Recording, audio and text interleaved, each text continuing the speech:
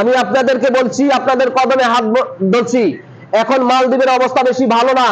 আমার অনেক ভাই গেস্ট হাউসের মধ্যে না খায়া অভাবে অনটনে আছে, হাজার হাজার টাকা দিয়ে মালদ্বীপে এসেছে।